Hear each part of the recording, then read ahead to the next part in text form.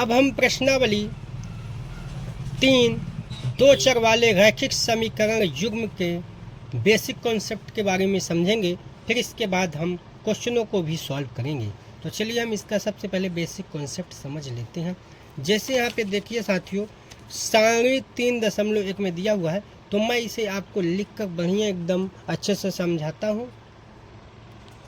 प्रश्नावली 3.1, जैसे आपको साथियों A1 बटे A2 बराबर B1 बटे B2 बराबर C1 बटे C2। जैसे मान लो आपने क्या किया, कोई भी रैखिक समीकरण दो चर वाली दो रैखिक समीकरण दिए हुए हैं, तो यदि इनका मान आपस में बराबर आ रहा है, जैसे मतलब 1/2 बराबर 1/2 बराबर 1/2, यानी A1 बटे A2 बराबर B1 बटे B2 बराबर C1 बटे C2, ऐसा कोई मान आ जाता है तो रेखाएं जो हैं वो समपाती होती हैं। क्या होती हैं? रेखाएं समपाती होती हैं। रेखाएं समपाती होती हैं। रेखाएं समपाती का मतलब इस प्रकार हुआ कि जैसे मान लो एक रेखा जो है इससे जा रही है, ठीक उसी के ऊपर एक दूसरी रेखा भी ऊपर जा रही है, तो क्या होता है कि ये अनेक बिंदुओं पर प्रतिच्छेद करती है। अनेक बिंदुओं मतलब क्या होगा? अनेक हल होंगे। तो क्या होंगे? अनेक हल होंगे। साथियों इसके बाद हम ये भी बता दें, अनेक हल होंगे और संपाती आपने समझ लिया। अब ये क्या है? एक ऊपर जा रही है, एक के ऊपर एक, तो इसका मतलब ये हुआ कि रेखाएं जो हैं मिल रही हैं, एक के ऊपर एक है, तो रेखाएं क्या होंगी? तो रैखिक समीकरणों के युग्म जो होंगे वो क्या होंगे? संगत होंगे। आई होप आपको समझ में आ गया होगा। साथियों यह जो है प्रश्न 1 नंबर का विकल्प में जरूर आता है। इसके बाद मान लिए अब जब तीनों बराबर होते हैं तब के रेखाएं क्या होती है? समपाती। यदि ऐसा हो A1 बटे A2 बराबर नहीं है B1 बटे B2 के, तब क्या होता है? रेखाएं जो है वो प्रतिच्छेद करती हैं। रेखाएं प्रतिच्छेद करती हैं। रेखाएं प्रतिच्छेद करती हैं मतलब रेखाएं इस प्रकार प्रतिच्छेद करेंगी। साथियों जब प्रतिच्छेद करती हो, देखिए दोनों रेखा जब प्रतिच्छेद करती तो यहाँ पर एक बिंदु पे मिलती हैं, तो मतलब हल कितने होंगे? तो केवल एक हल होगा। कितना? केवल एक हल होगा। साथियों यहाँ तक आपको समझ में आया होगा। इसके बाद एक हल होगा, रेखाएं प्रतिच्छेद करती हैं, तो ये भी देखिए एक बिंदु पे जो मिल गई, तो ये भी क्या होंगी? संगत होंगी। अब जैसे उदाहरण के माध्यम से समझिए। हाँ, जैसे मान लो आ गया 1/2 और बराबर नहीं है क्योंकि 3/2 आ गया, और लास्ट में बराबर है कि नहीं उससे कोई फर्क नहीं पड़ता। लेकिन यदि A1 बटे A2 और B1 बटे B2 के बीचों का मान यदि बराबर नहीं तो रेखाएं प्रतिच्छेद करती हैं। अब ये था पहला प्रकार, ये था दूसरा प्रकार। अब देखिए तीसरा प्रकार। जैसे मान लो ऐसा होगा A1 बटे A2 बराबर है B1 बटे B2 के, और फिर बराबर नहीं है C1 बटे C2 के, तब रेखाएं क्या होती हैं? समांतर होती हैं। रेखाएं समांतर होती हैं। रेखाएं समांतर होती हैं। समझिए कैसे समांतर होती है। रेखाएं समांतर का मतलब ये हुआ कि रेखाएं ऐसी जा रही। अब खुद बताइए साथियों, ये रेखाएं एक दूसरे के समांतर तो क्या कहीं पे मिलेंगी? नहीं। और जब नहीं मिलेंगी तो कोई हल नहीं होंगे। कोई हल नहीं होंगे। इतनी बात समझ में आ गई होगी आपको। इसके बाद जब कोई हल नहीं होंगे तो ये देखिए मिल भी नहीं गई आपस में, तो मतलब असंगत होंगे। असंगत है। आई होप आपको इन तीनों में से डाउट एक भी नहीं होगा मेरे समझाने की बात। अब हम चलते हैं क्वेश्चन की ओर बढ़ेंगे और बहुत ही आराम से आसान भाषा में समझने की कोशिश करेंगे। अब एक चीज़ और बता दें साथियों, जैसे आप यहाँ पे,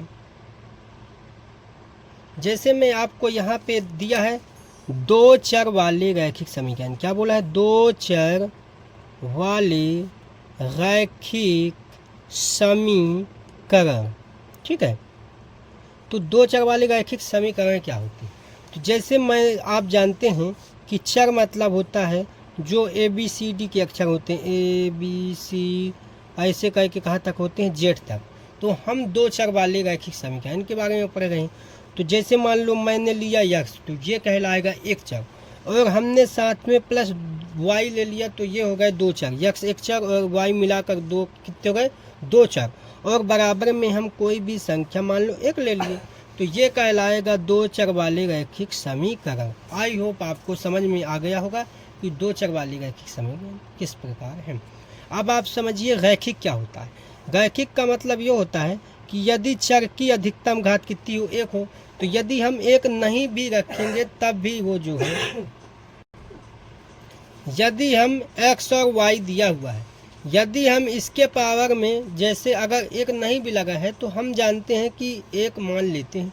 तो जब चर की अधिकतम घात एक होती है तो उसे बोलते हैं रैखिक और समीकरण। जैसे देखिए यक्स में भी एक घात है और वाई में भी एक घात है, लगा नहीं है, दिखने का, पर होता है, तो हम इसे क्या कहेंगे कि रैखिक समीकरण। आई होप आपको समझ में आ गया होगा। चलिए अब हम नेक्स्ट, अब हम आगे जो है क्वेश्चन की और प्रश्नावली 3 यहाँ पे हम एक क्वेश्चन जो है पहला वाला, यक्स माइनस 2y बराबर 0 और 3x प्लस 4y माइनस 20 बराबर 0, तो हम इसको सॉल्व करेंगे और यह जानने की कोशिश करते हैं कि ये रेखाएं, ये रैखिक समीकरणों के जो युग्म हैं इनके बीच रेखाएं प्रतिच्छेद करती हैं या समपाती हैं या समांतर हैं। हम इसको जो है सॉल्व करके निकालते हैं। साथियों, अब मैंने जो क्वेश्चन आपसे अभी बोला था, ये क्वेश्चन जो है मैंने यहाँ पे लिख लिया है। इसको समीकरण 1 और इसको समीकरण 2 नाम दे देते हैं।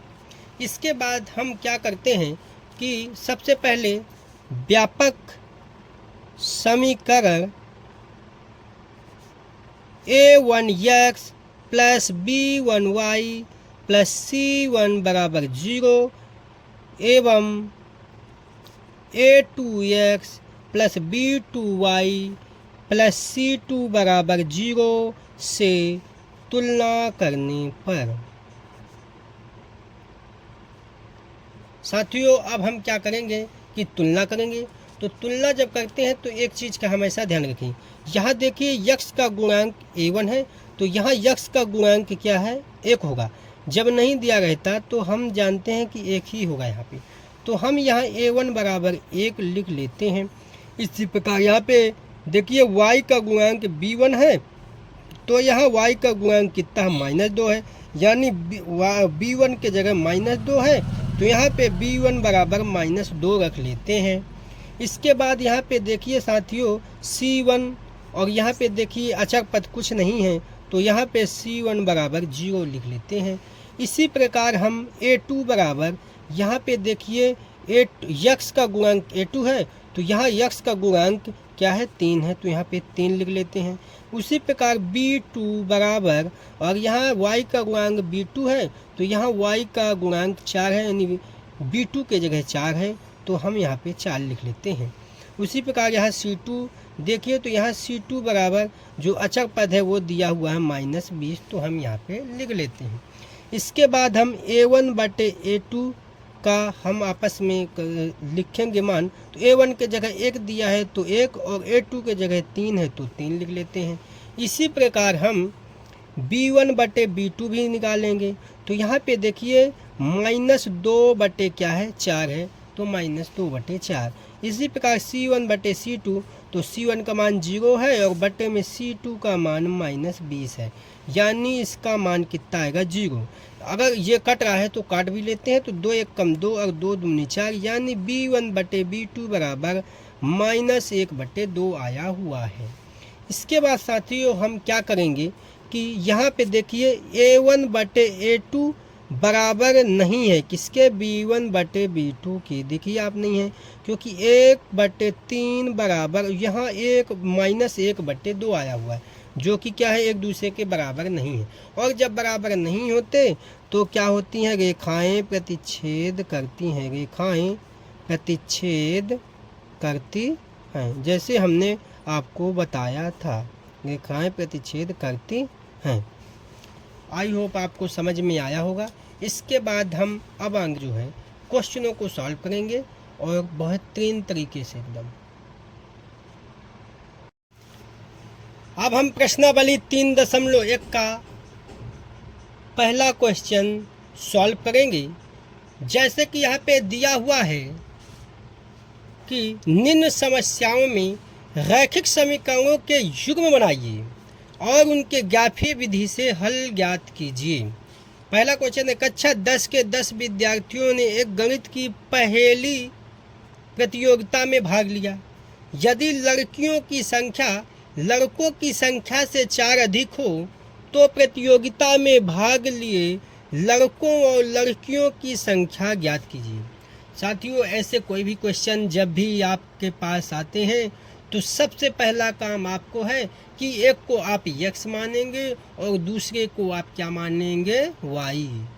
अभी आप यहाँ पे देखिए कि एक लड़कियों की संख्या लड़कों की संख्या से 4 अधिक, यहाँ पे लड़कियों और लड़कों की बात की गई है, तो हम किसी एक को x मान लेंगे और एक को y मान लेंगे। तो चलिए हम इस क्वेश्चन को सॉल्व करने की कोशिश करते हैं। तो सबसे पहले मैं इस क्वेश्चन को जो है वहाँ पे इसके समीकरण बना लेते हैं और फिर हम हल करेंगे। अब हम क्या करते हैं, 3.1 का ये है ना। सबसे पहले हम क्या करते हैं कि मान लेते हैं, माना कि लड़कियों की संख्या, क्या मान लेते हैं, लड़कियों की संख्या x है और लड़कों की संख्या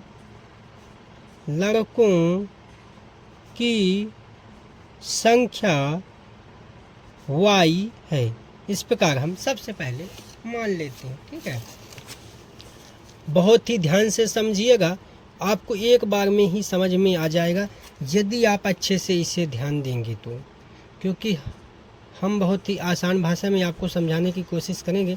और हिंदी से बिल्कुल आप मत डरिए। बहुत लड़के क्या होते हैं कि हिंदी को देखकर, बहुत से ऐसे साथी लोग हैं कि हिंदी लिखा हुआ देखकर डर जाते, तो डरना नहीं, आपको इसको समझना है। अब हमने दोनों को मान लिया है। इसके बाद दिया हुआ है कक्षा 10 के 10 विद्यार्थियों ने भाग लिया। तो विद्यार्थियों में तो लड़के और लड़की दोनों आते हैं। तो कक्षा 10 के 10 विद्यार्थियों ने गणित की पहेली प्रतियोगिता में भाग लिया है। तो यानी प्रश्नानुसार हम लिखेंगे, प्रश्नानुसार, और यहाँ पे हम लिखेंगे क्या कि कक्षा 10 के 10 विद्यार्थियों ने गणित की पहली प्रतियोगिता में भाग लिया है। यानी 10 विद्यार्थियों, तो हमने क्या किया, लड़कियों को माना है x, तो x लिख लिया, और प्लस y लड़कों को माना है तो लड़कों को y लिख लिया। और कक्षा 10 में कितने विद्यार्थियों ने भाग लिया है, 10, तो हमने बराबर 10 कर दिया। अब भाई 10 विद्यार्थी हैं, मतलब लड़का और लड़की दोनों मिलाकर होंगे 10, तो हमने लड़का या लड़कियों दोनों को मिलाकर और बराबर में 10 करके उस समीकरण ये फर्स्ट डाल दिया। समझ में आ गया होगा। इसके बाद दिया हुआ है कि यदि लड़कियों की संख्या लड़कों की संख्या से 4 अधिक हो, क्या बोला है, दूसरा प्रश्न दूसरा क्या कह रहा है, ये शर्त इसको फर्स्ट डाल लीजिए। शर्त सेकंड क्या कहती है कि लड़कियों की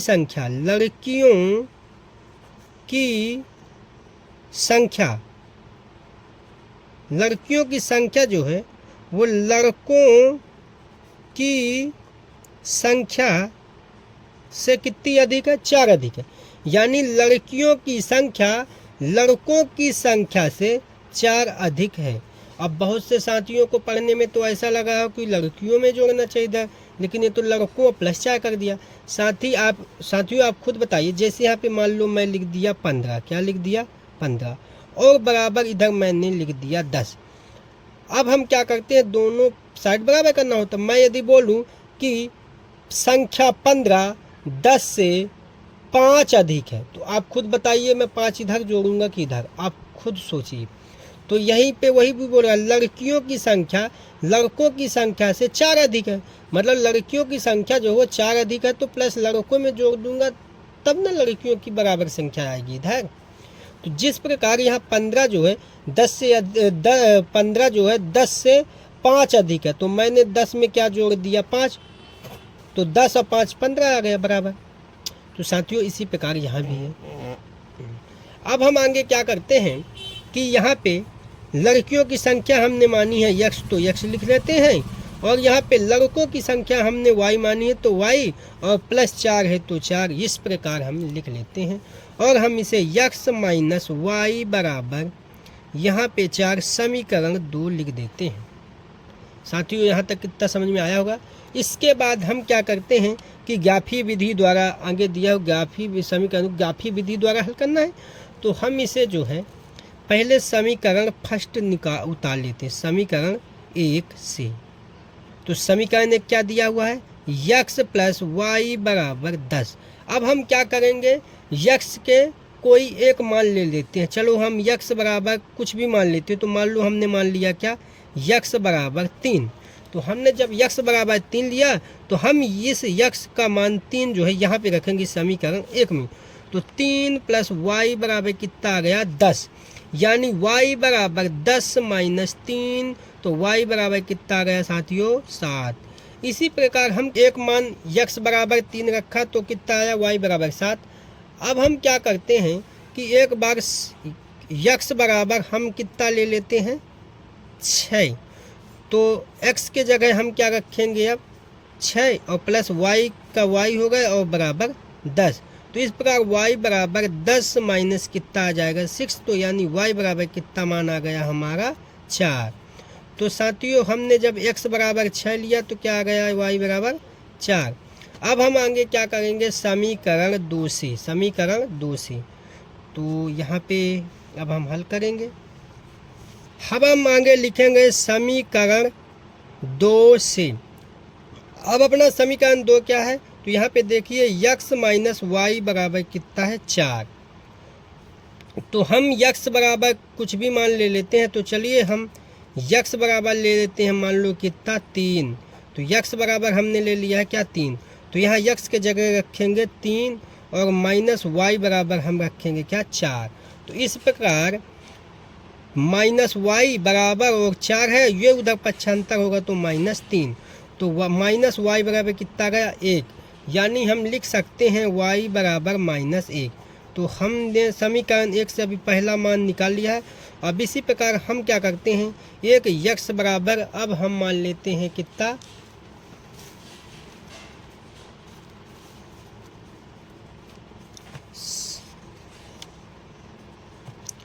इसी प्रकार हम क्या करते हैं, अब x बराबर अभी हमने 3 माना था तो हम ले लेते हैं x बराबर कितना 4।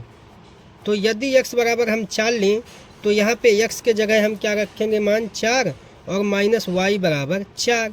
तो माइनस y बराबर 4 और -4।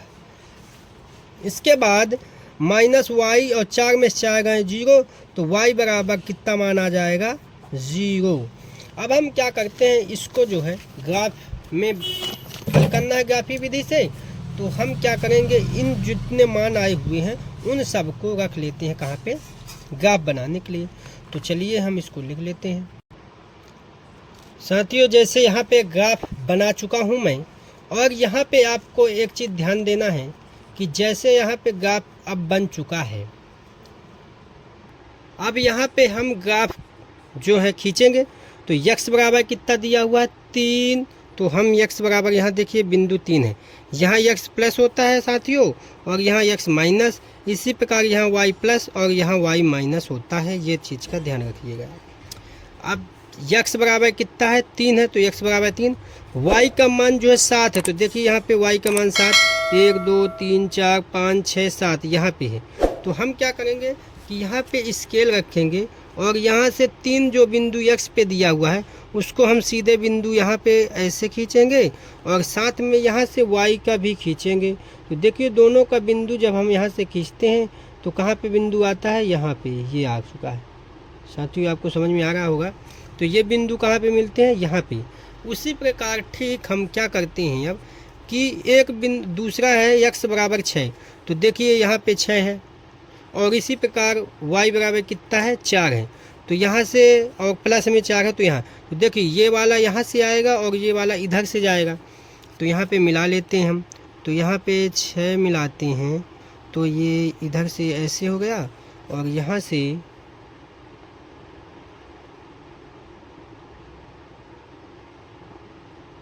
तो ये कहाँ पे मिल रहा है साथियों, ये ऐसे यहाँ पे, मतलब ये कहाँ पे मिल गए हैं, थोड़ा ऐसे खींचिएगा तो यहाँ पे मिल गए हैं। इसके बाद हम क्या करेंगे कि इसको और इसको खींच देंगे यहाँ पे लाइन से ऐसे। ये हमने जैसे खींचा, अब समीकरण ये किसका, फर्स्ट का, यानी x प्लस वाई बराबर कितना आया था 10, तो यहाँ पे 10 लिख लेते हैं। इसी प्रकार दूसरा साथियों x बराबर 3 है तो x बराबर 3 और y बराबर -1 है तो यहाँ से देखिए माइनस वाई यहाँ से ऐसे है और x बराबर 3 यहाँ पे है तो कहाँ पे मिल रहा है बिंदु, यहाँ पे। उसी प्रकार 4 यहाँ पे 0 है तो देखिए 4 यहाँ पे, 4 कहाँ पे है, यहाँ पे। अब ये वाला बिंदु और ये वाला बिंदु आप मिलाएंगे तो ये बिंदु कहाँ पे मिलेंगे, ये बिंदु मिलेंगे यहाँ पे, ये देखिए ये बिंदु यहाँ पे ऐसे मिल रहे हैं यहाँ पे। अब साथियों देखिए इसको जब हम सीधा खींचेंगे तो यहाँ पे एक बिंदु यहाँ पे ये वाला मिल रहा है और यहाँ पे ये देखिए यहाँ पे सीधा खींचने पर बिंदु कहाँ पे मिल रहा है, यहाँ पे। या अब देखिए साथियों 7 यहाँ पे आया है, यक्स का मान 7 पहले लिखते हैं और फिर 3 पे बिंदु में मिल रहा है तो यहाँ पे 3 लिख लेते हैं। इस प्रकार देखिए हमने क्या यक्स को क्या माना, यक्स कितना है, यहाँ पे यक्स और वाई ऐसा होता है तो हमने क्या माना था कि लड़कियों की संख्या, लड़कियों की संख्या हमने क्या मानी थी, तो लड़कियों की संख्या हमने यक्स मानी थी तो यक्स के जगह क्या होगा 7 है। और वहीं पे हमने लड़कों की संख्या क्या मानी थी, वाई, तो लड़कों की संख्या क्या हो जाएगी, कितनी आई है यहाँ पे 3, तो लड़कों की संख्या 3 है। इस प्रकार ग्राफी विधि द्वारा हमारा हल हो चुका है। साथियों मैंने बहुत ही आसान भाषा में आपको समझाने की कोशिश की है, शायद आपको समझ में आया होगा।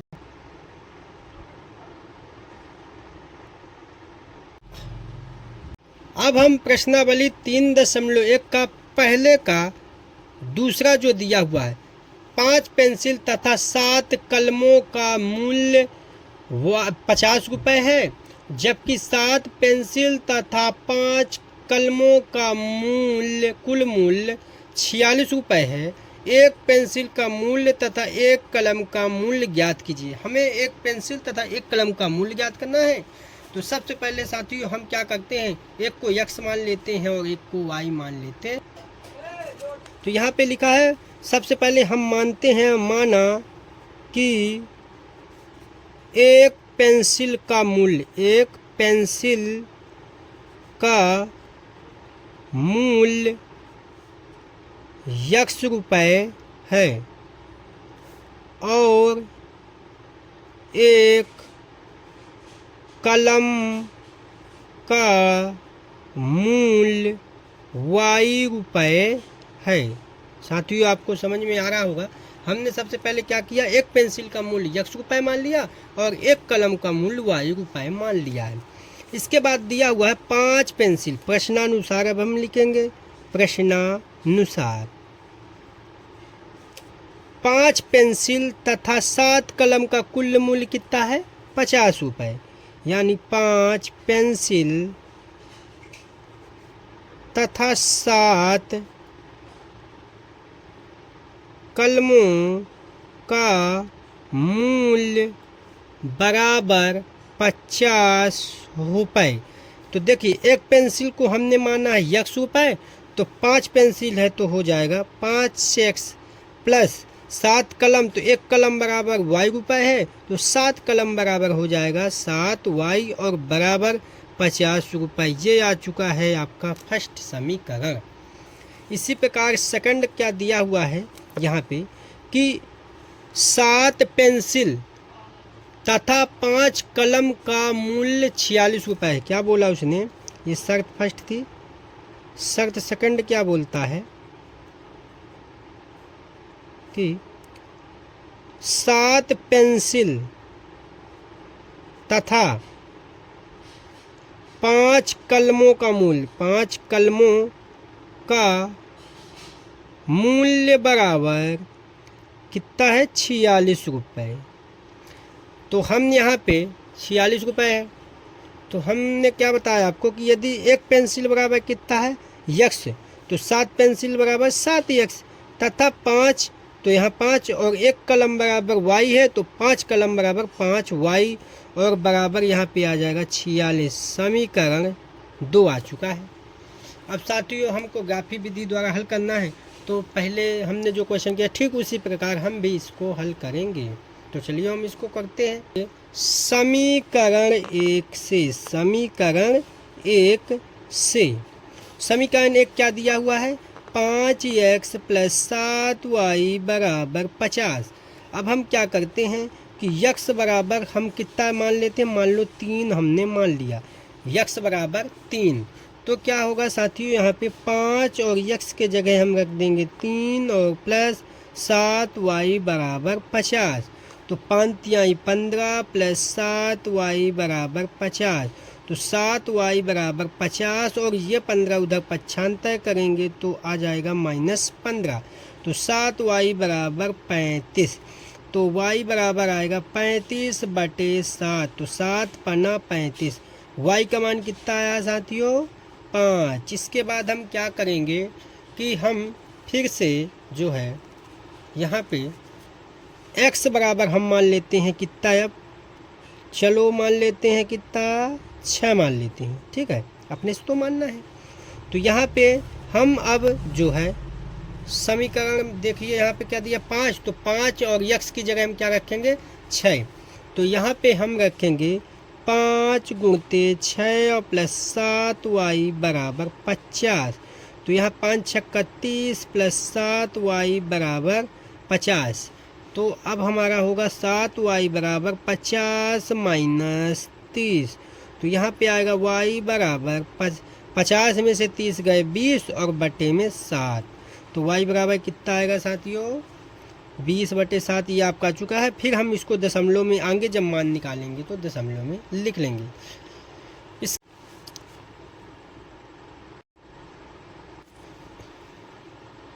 इसके बाद हम लिखेंगे समीकरण 2 से।